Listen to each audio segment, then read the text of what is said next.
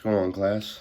So, just finished watching all these Venezuela videos. I honestly thought they were all going to be different, but they're all about Venezuela and life in Venezuela. Um,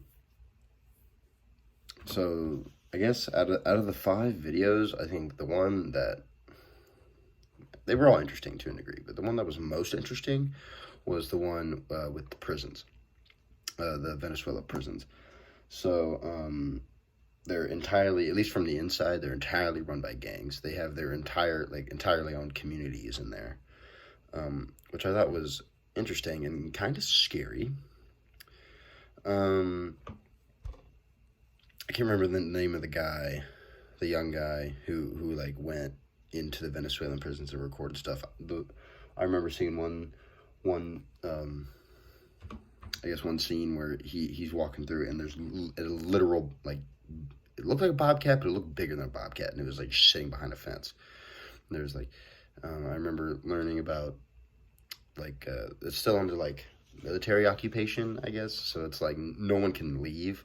So they have people posted up outside the prison, just rifles trained, make sure nobody's getting out. But on the inside, they don't dare go inside because the whole thing is run by gangs and mobs, and they have their entirely own communities in there, which would be terrifying. There's one part where they, like, it's rough in there. I think anyone who is like homosexual, transgender, anything like that, they were forced to live on rooftops, and nobody could go up there besides them, which that's kind of effed up too. So that was probably the most shocking thing within the whole prison thing was the fact that people were being segregated to live on rooftops. Like they got nothing up there. It's a roof. So yeah, that was pretty messed up. One of the things I remember going wrong was when those four guys in the car. I can't remember the dude's name. But he was going on a mission to trade like $100, $100 for Venezuelan money. It's called something long, but it's like $1 is like 1.2 million. But then I remember they were talking about like heavy inflation, drastic inflation, something like that. But how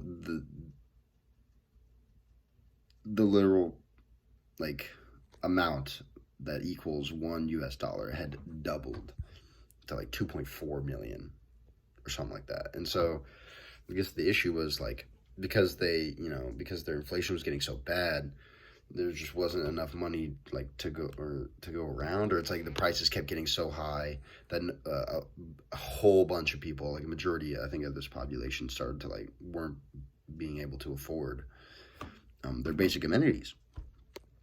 I remember the dude's walking around with $100 in American cash, and people are like, "Yeah, bro, I can't take that. Like that's no good." Which I thought was interesting because if the U.S. dollar is worth so much more there, but it's like they can't use it. Oh man, I don't know. That's interesting. That's really interesting. I guess the things we could learn as a country is to definitely watch our inflation, which I think I need to get caught up in all my current events, but I think it's an issue, or at least it was an issue maybe like a year or two ago. I remember talking about it at some point, or at least we were talking about it in like English class or something. But no, that was pretty bizarre. I can guarantee that I will not be going to Venezuela. I will go somewhere else. Oh man, that prison life video was definitely the most interesting in my opinion. That was really bizarre. Like just kind of having your own community in such a confined space. But it's like, bro, the gang members in the prison are carrying around rifles, grenades. That would be absolutely terrifying. And I don't like. It's probably not all that different outside of the prison. I think people were still carrying guns and grenades, maybe not so much, but wow.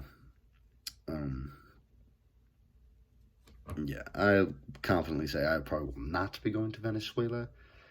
But it was nice to know all that stuff because, you know, I feel like people have talked to, like, you know, like my friends have talked about Venezuela before, and I've never known what life was like in Venezuela.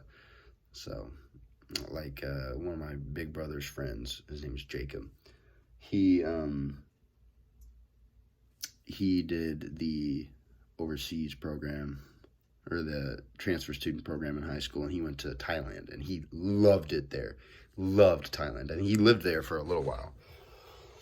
And he just didn't come back for a little while, but and I always thought that was like the coolest thing. And I think I looked up Thailand a little bit after that, but I'm so glad that Venezuela is not an option. That is spooky. Okay, thanks, guys.